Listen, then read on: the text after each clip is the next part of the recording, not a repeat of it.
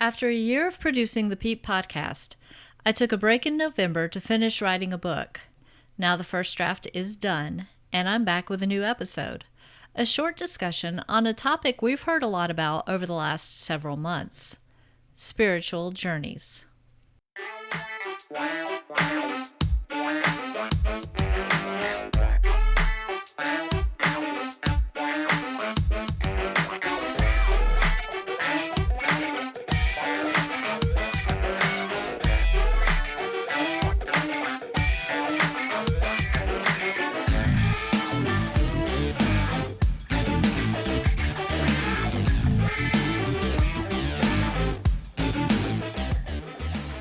Welcome to the Peep Podcast. I'm your host, Nicolle, and on this episode, I want to talk a bit about spiritual journeys and give you an example of how mine has had some twists and turns. But first, I want to thank everyone who has listened to the podcast over the last year and welcome new listeners. I'm thankful you've chosen to spend time with me and my guests, and I hope we've provided you with something of value, whether that be entertainment, information, different perspectives, new ideas, or anything else. I'm glad you're here, and I hope you'll continue to listen, and please tell your friends. Oh, and if you haven't yet, hit that subscribe or follow button in your favorite podcast app so you don't miss an episode. Thanks. I also want to explain my absence through the month of November. So far, I've self-published 3 books. I don't talk much about the first one because it was a first novel and a cathartic experience. And let's face it, most first novels are not instant classics. The second book I wrote was The Tritium Hypothesis, about a paranormal investigator who's used to dealing with hauntings but suddenly finds herself and her friends in the middle of a UFO flap in her small hometown in the mountains of eastern Tennessee. It was a lot of fun to write, and I even worked my own personal sighting into the storyline. The third book is nonfiction about the lessons I learned during my experiences over a decade of paranormal investigations. The title was kind of tongue-in-cheek. Please Don't Call Me Psychic: Stories from My Paranormal Life. I'll get back to that in a moment. About 2 years ago this month, in December of 2019, I got an idea for a sequel to Tritium, and I mentioned it a few times on Facebook. Several of my friends and family members were quite encouraging, and I started working on it. Over a few months, I wrote the first chapter, plotted out the main points, and came up with new characters. Then life happened, as it does for independent creators with full-time jobs, and the book was set aside indefinitely. One of the most encouraging of my friends, who really wanted to know what happens next to the main characters, has ALS. She's been a wonderful friend, and she was even one of my proofreaders for the Tritium Hypothesis. A few months ago, she let me know she's heading into the final stages of that terrible disease, and it suddenly became very urgent for me to finish that sequel. So I used National Novel Writing Month, November, as my added impetus to finally finish writing that novel. I sent her the pages as I wrote them because I wanted to make sure she'd have the chance to finish reading it when she was ready and able to do so. And I'm happy to say that the day before Thanksgiving, I completed the first draft. It was a pretty big accomplishment, and I could not have done it had I not taken the month off from the podcast. So I appreciate the support and understanding I've been shown over the past 5 weeks as I wrapped up that project. As an aside, if you don't mind, please send her some positive vibes and prayers. She has a great attitude under the circumstances, but a little extra positive energy never hurts. Now let's get back to the subject of this episode: spiritual journeys.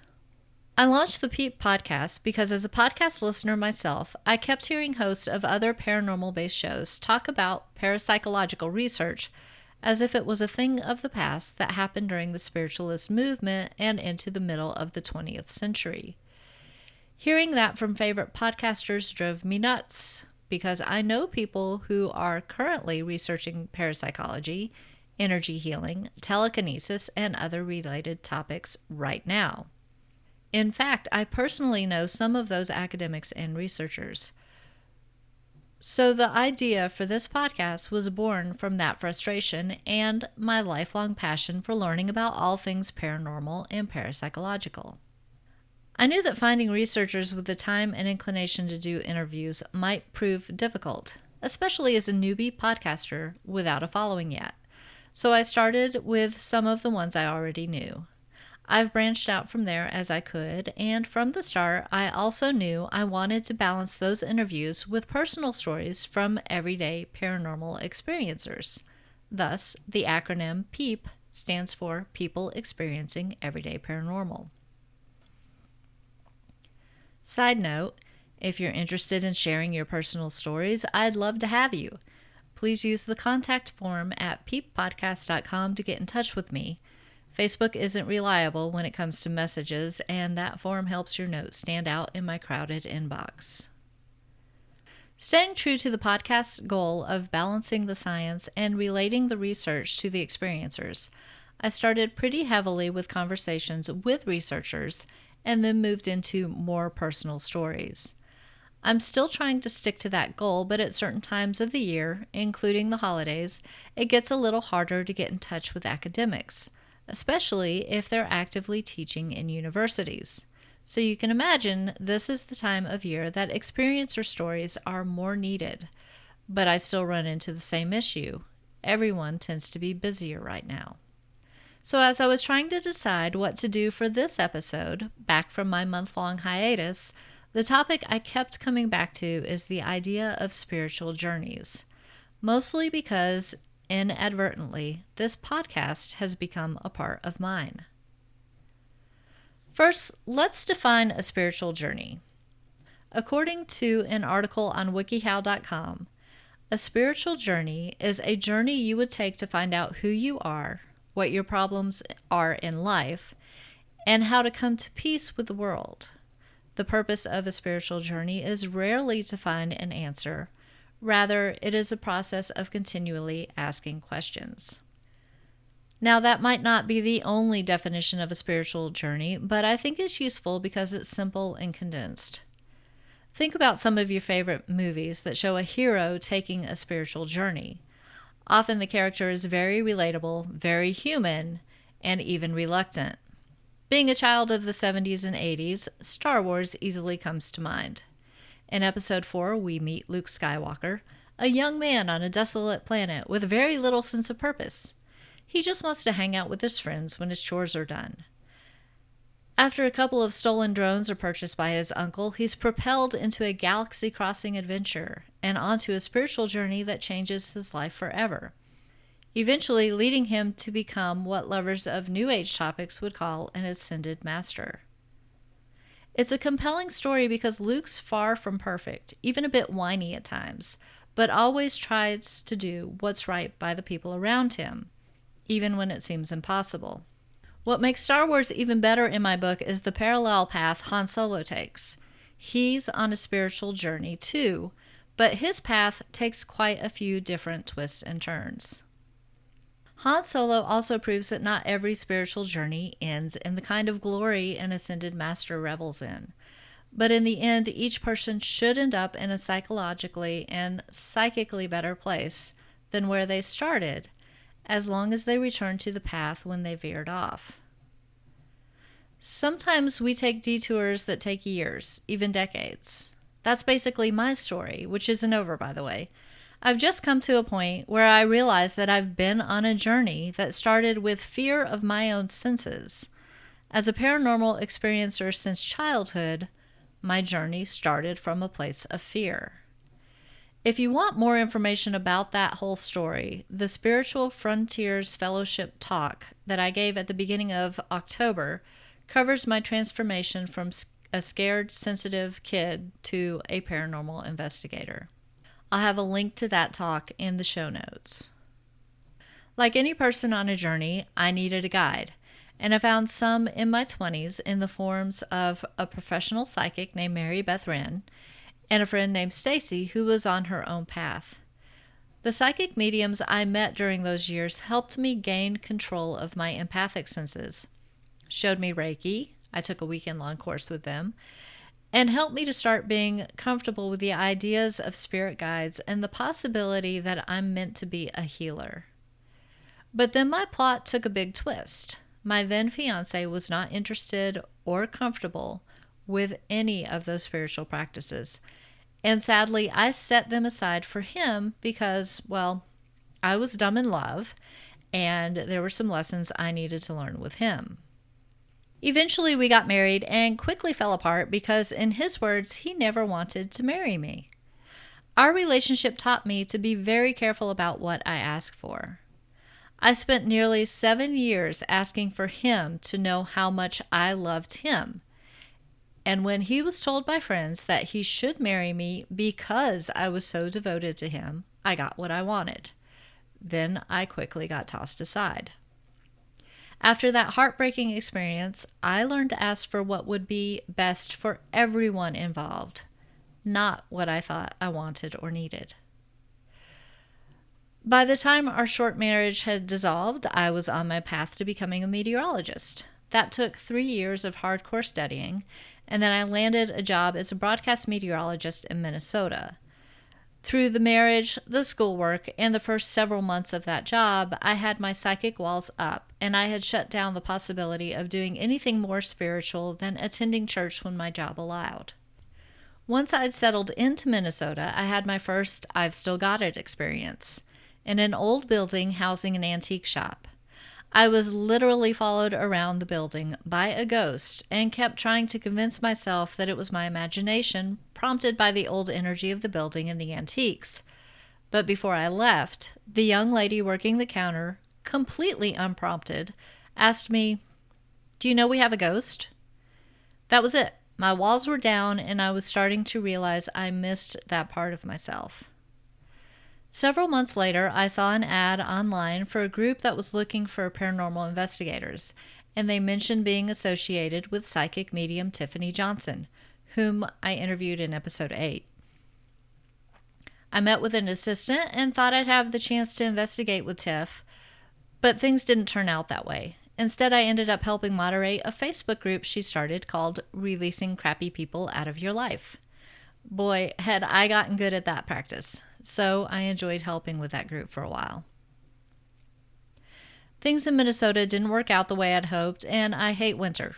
So when my 2-year contract was up, I moved home to North Carolina, and within a month, I met the National Society of Paranormal Investigation and Research, INSPIRE for short, and became quite active with them.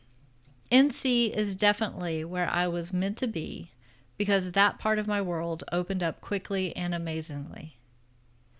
Fast forward about 11 years, and I started this podcast for the reasons I stated earlier. Over the course of 28 episodes, I've had some insanely serendipitous moments. I've learned much from all of my guests, and I've come to realize that PEEP is a part of my journey. Many of my guests have acted as guides in small ways, both during interviews and in the conversations we've had offline. After all these years, almost 2 decades, I'm back on the path I started down in my 20s, and those detours were absolutely necessary for me to advance.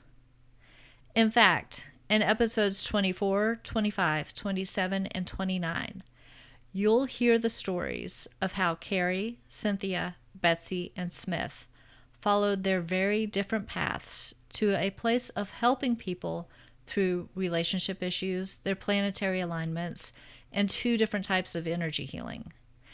After talking with Betsy offline, I purchased the book, The Emotion Code, so I could learn more about that practice, and it might be something I pursue.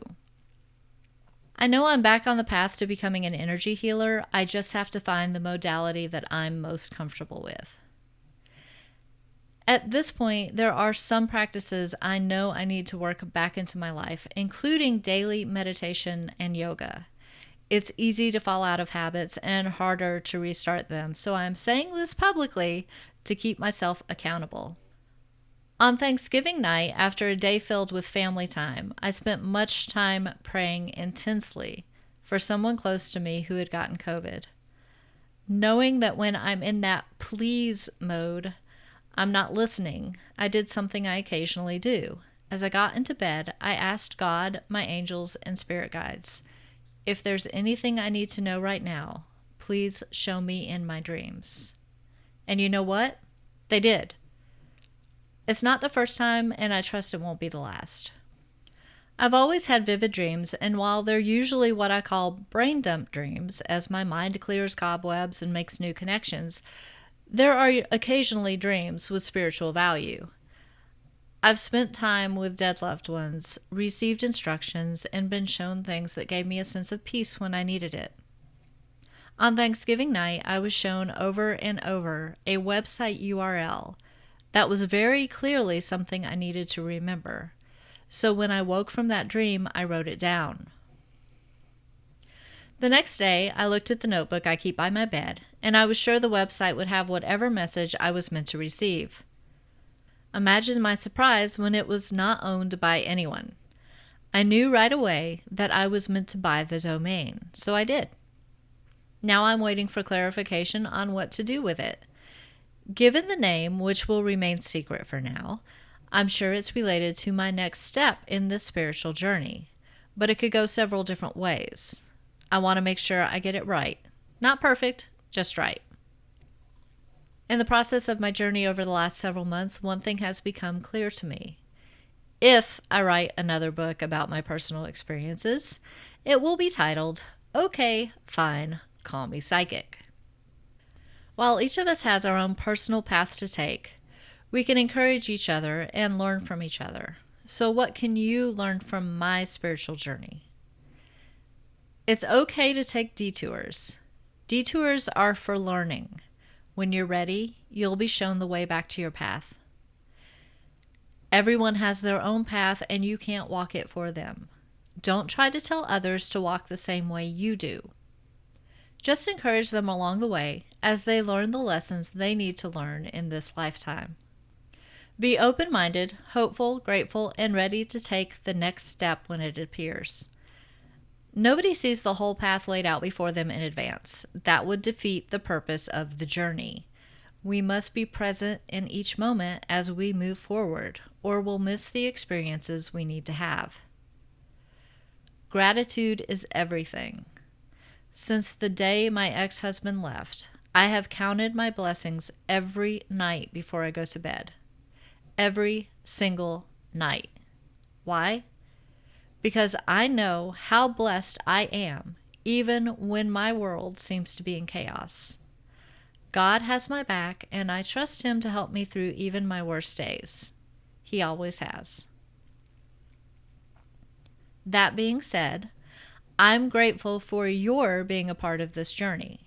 And I hope you'll continue to listen as I continue to interview researchers, academics, and experiencers about all things paranormal. If you have an idea for a show topic, you can fill out the contact form at peeppodcast.com. That's PEEP podcast.com. Remember, that stands for People Experiencing Everyday Paranormal. If I can find a study about it, I'll be happy to use it. Special thanks to the listeners who have submitted topic ideas. Also, if you're interested in sharing your own personal stories of paranormal experiences, I'd love to have you on the show. It can be as anonymous as you'd like. You can keep up with the show on its Facebook page, facebook.com/peeppodcast. We also have a group linked from that page in case you're interested in joining the conversation.